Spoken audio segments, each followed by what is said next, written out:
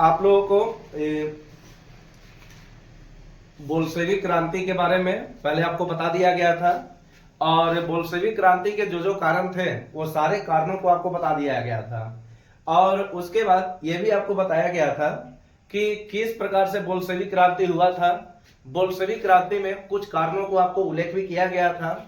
आज एक ऐसे टॉपिक का हम चर्चा करेंगे जिससे बोल्शेविक क्रांति को जन्म मिला यानी जन्म दिया गया और इसमें वैसे जो दो महत्वपूर्ण टॉपिक रहेगा जिससे बोल्शेविक क्रांति एक बहुत बड़ा रूप ले लिया।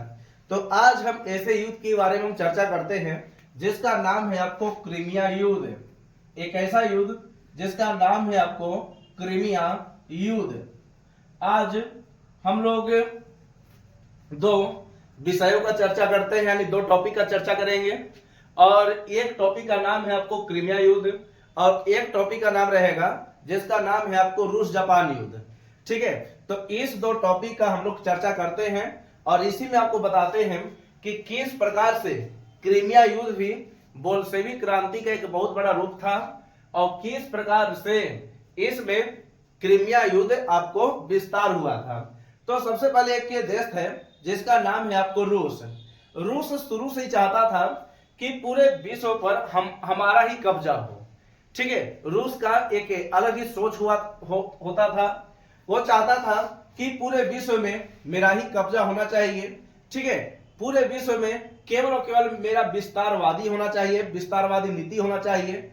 इसलिए वह एक देश को हमेशा परेशान करता था। उस देश का नाम था आपको टर्की यानी तुर्की। ठीक है, कहने का मतलब यह है कि पहले इसका हम समय को आगे अध्ययन कर लेंगे। 1853-54 से 1856 ईस्वी तक ये युद्ध आपको चला है। 1853-54 से 1856 ईस्वी तक ये युद्ध आपको चला है। अब इस समय जब युद्ध हो रहा था तो इस समय रूस का जो शासक हुआ करता था, ठीक है, रूस का जो शासक था जिसका नाम था आपको जार निकोलस प्रथम। ठीक है, जार निकोलस प्रथम। बोल्शेविक क्रांति के समय आपको जार निकोलस द्वितीय था, जबकि यहां पर आपको जब क्रीमिया युद्ध हो रहा था तो इस समय रूस का जो राजा हुआ करता था जिसका नाम था आपको जार निकोलस प्रथम। ठीक है, ये जार निकोलस प्रथम जो था एक अहंकारी राजा। ये चाहता था कि हम अपने विस्तारवादी नीतियों को आगे बढ़ाने का प्रयास करें। यह चाहता था कि दुनिया पर मेरा ही कब्जा हो, दुनिया पर मेरा ही राज हो। इसलिए ये एक देश को हमेशा परेशान करता था। उस देश का नाम था आपको जिसका नाम था टर्की यानी तुर्की। ठीक है, तुर्की को हमेशा ये परेशान करता था। तुर्की को हमेशा ये परेशान करता था। कहने का मतलब यह है कि जब भी कोई युद्ध होता है तो उसके पीछे जरूर कोई ना कोई आपको रीजन होता है।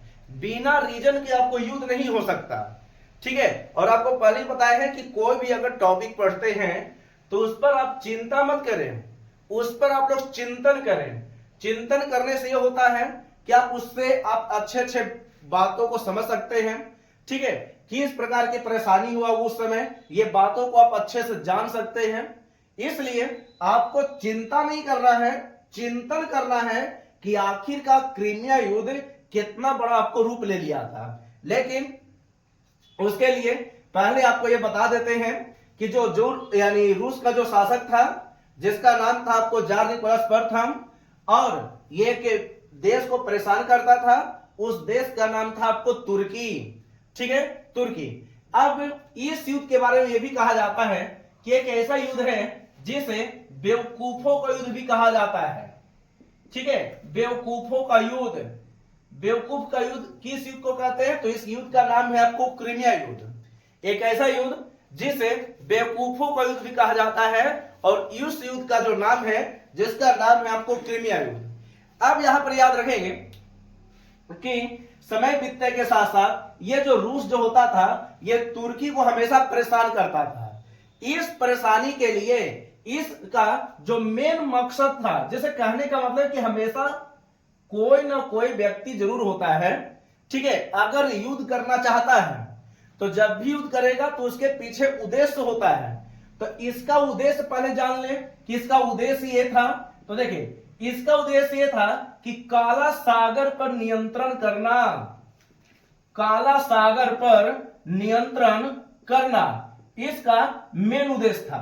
ठीक है, यानी कहने का मतलब यह है कि उस समय जब क्रीमिया युद्ध के समय जो जार निकोलस प्रथम जो था यह चाहता था कि काला सागर पर हम नियंत्रण करेंगे, अपने साम्राज्य का विस्तार करेंगे।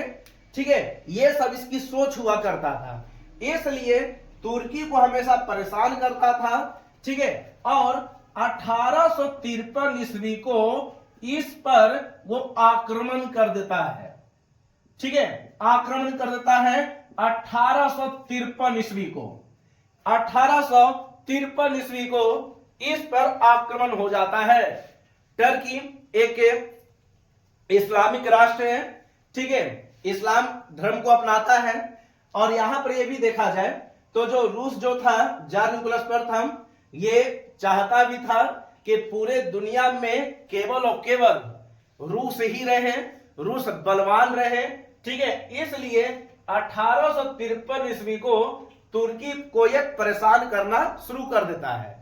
ठीक है, यानी आक्रमण कर देता है, परेशान करता है।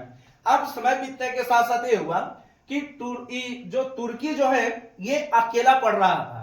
ठीक है, अगर ये दोनों के मुकाबले में अगर देखेंगे तो ये दोनों के मुकाबले में आपको रूस बलवान है, जबकि उस समय की स्थिति में देखोगे तो तुर्की एक तरफ का यहां पर कमजोर है। ठीक है, लेकिन इस तुर्की का साथ देने के लिए कुछ देश आ गया। इस देश का नाम था आपको इंग्लैंड प्लस फ्रांस, ये दोनों का साथ मिला। ठीक है, इंग्लैंड और फ्रांस का समर्थन मिल गया। ध्यान रखेंगे, क्रीमिया युद्ध एक ऐसा युद्ध जिसे बेवकूफों का युद्ध भी कहा जाता है। और इस युद्ध में यह माना जाता था कि जो तुर्की जो था इसको रूस हमेशा परेशान किया। बाद में इस तुर्की को समर्थन देने के लिए दो देश आ गया। ठीक है, एक देश का नाम था आपको इंग्लैंड, एक देश का नाम था आपको फ्रांस। ठीक है, एक दिमाग में यह भी बात आप लोग नोटिस कर ले कि जब भी युद्ध होता है तो ऐसा नहीं कि केवल यही दो देश को नुकसान है। ठीक है, आज भी अगर युद्ध हो रहा है, जैसे अभी भी आपको युद्ध चल रहा है, ठीक है, ईरान और अमेरिका के बीच, तो इसमें भी आपको कई प्रकार का नुकसान आपको भारत में भी दिख रहा है। ठीक है, चाहे वो पेट्रोल से संबंधित परेशानी हो या गैस से संबंधित परेशानी हो, कई प्रकार से परेशानी आपको होता ही है। तो कभी भी अगर दो देश के बीच में अगर यदि युद्ध हो रहा है तो केवल यही दो देश को नुकसान नहीं है, और भी देश को नुकसान है। इसलिए तुर्की का साथ देने के लिए दो देश आ गया। इस देश का नाम था इंग्लैंड और फ्रांस। ठीक है, इस देश का नाम था आपको इंग्लैंड और फ्रांस। अब यह हुआ कि समय बीतने के साथ साथ अब इंग्लैंड और फ्रांस ने भी देखा कि तुर्की अकेला पड़ जा रहा है, क्यों ना हम दोनों मिलकर, ठीक है, हम दोनों मिलकर इस पर आक्रमण कर दें। ठीक है, ये दोनों ने मिलकर इस पर आक्रमण कर दिया। याद रखेंगे, जनवरी 1854 ईस्वी को। ठीक है, जनवरी 1854 ईस्वी को, जनवरी 1854 ईस्वी को इंग्लैंड और फ्रांस जब तुर्की का समर्थन इसको मिला, या ये दोनों इसको समर्थन जब किया, तो ये दोनों ने मिलकर भी रूस पर क्या किया, तो हमला कर दिया। ठीक है, हमला बहुत बेजोड़ था, इतना तगड़ा हमला किया था कि उस समय रूस के कई सेनाओं की मृत्यु हो गया था। ध्यान रखेंगे, एक ऐसा युद्ध जो किसी भी रूप से ऐसे देखा जाए तो भले ही कहा जाता बेवकूफों का युद्ध, लेकिन इसमें रूस को काफी ज्यादा नुकसान हो गया था। ठीक है, काफी ज्यादा नुकसान हो गया था। इतना नुकसान हुआ कि इंग्लैंड और फ्रांस की सेना ने रूस पर इतना धावा बोला, इतना सेना की यानी मार डाला कि अंततः रूस बोलने लगा कि हम अपना हार स्वीकार करते हैं। लेकिन तब भी तुर्की इंग्लैंड और फ्रांस हमला कर रहा था से कर ही रहा था। ठीक है, कहने का अर्थ यह हुआ इसमें कि उस समय इंग्लैंड और फ्रांस ने मिलकर इस पर बेजोड़ हमला किया। ठीक है, दमदार हमला किया। रूस को लगने लगा कि हमारी सेना धीरे धीरे पराजित हो जाएगी, इसलिए अपने आप को बोलता है कि हम अपना हार स्वीकार करते हैं। लेकिन रूस और ये जो इंग्लैंड जो था और फ्रांस जो था, ये इसको हारने के लिए, भले स्वीकार करने के लिए बोल रहा था, लेकिन यहां पर याद रखेंगे कि इसको मतलब दिन प्रतिदिन इस पर हमला हो रहा था। ठीक है, समय बीतने के साथ साथ आपको जैसा ही 1855 ईस्वी आता है, ठीक है, युद्ध आपको चल रहा है और आपको फिर से बोल रहे हैं कि जब भी युद्ध होगा तो नुकसान केवल दो देश को नहीं होता है, पूरे दुनिया को भी नुकसान हो सकता है। ठीक है, अब देखिए क्या हुआ। समय बीतने के साथ साथ ये हुआ कि जैसा ही युद्ध आपको हो रहा था, 1855 ईस्वी को रूस में एक बहुत बड़ी घटना घट गया। उस घटना का नाम है इसकी मृत्यु। ठीक है, 1855 ईस्वी को 1855 ईस्वी को 1855 ईस्वी को एक देश था जिसका नाम था आपको रूस, और रूस का जो राजा हुआ करता था जिसका नाम था आपको जार निकोलस प्रथम। जार निकोलस द्वितीय के बारे में इसके बाद में स्टोरी मिलेगा, अभी आपको जार निकोलस प्रथम की स्टोरी है। तो देखिए क्या हुआ से, जार निकोलस प्रथम जो था ये 1855 ईस्वी को इसको मृत्यु हो गया। ठीक है, अब जैसा ही मृत्यु हुआ तो पूरे रूस में मातम मतलब छा गया। ठीक है, आप खुद सोचो ना कि जिस देश का सर्वोच्च राजा की मृत्यु हो जाए तो ऐसा थोड़ी कि फिर से आपको युद्ध होते रहेगा, कुछ समय के लिए शांत हुआ युद्ध। ठीक है, लेकिन राजा की मृत्यु हुआ था, पूरा रूस डूबा हुआ था, आंसू का सैलाब था। ठीक है, कई लोग रो रहे थे उस समय कि राजा की मृत्यु हुआ। जार निकोलस प्रथम की मृत्यु 1855 ईस्वी को हो गया, लेकिन ये बोल रहा था कि हम अपनी हार स्वीकार करते हैं, लेकिन तब भी इंग्लैंड फ्रांस इसको नहीं छोड़ रहा था। और अंततः बहुत करने पर 1856 ईस्वी को इस युद्ध का अंत हो जाता है। ठीक है, 1856 ईस्वी को इस युद्ध का अंत हो जाता है। अब यहां पर यह समझेंगे कि युद्ध तो आपको 1853 में चला, 54 में चला, 55 में भी चला और 56 में आपको समाप्त हो गया। ठीक है, ये चीज 1853-54 से 1856 ईस्वी तक चला। अब क्रीमिया युद्ध में क्या हुआ था, तो इसका मेन उद्देश्य यह था कि काला सागर पर नियंत्रण करना, पूरे देश भर में यानी पूरे दुनिया भर में हमारा जय जयकार होना, यह रूस का मेन इच्छा था। ठीक है, यह चाहता था कि पूरे दुनिया भर में केवल और केवल मेरा ही राज हो।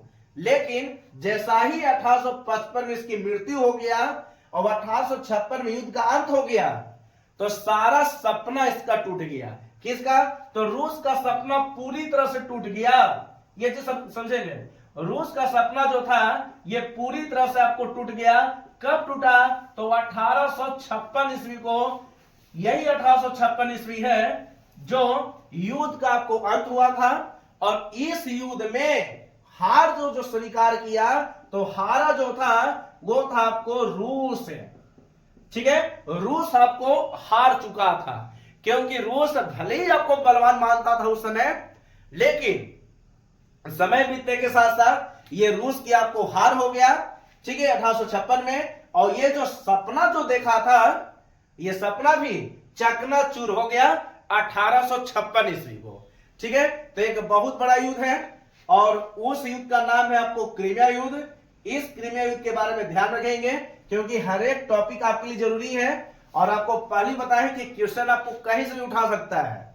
ठीक है, और हर एक टॉपिक को आप लोग पढ़ने का प्रयास करें।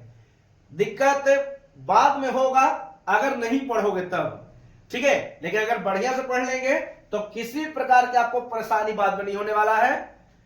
बाकी आप लोग इसको उतारेंगे।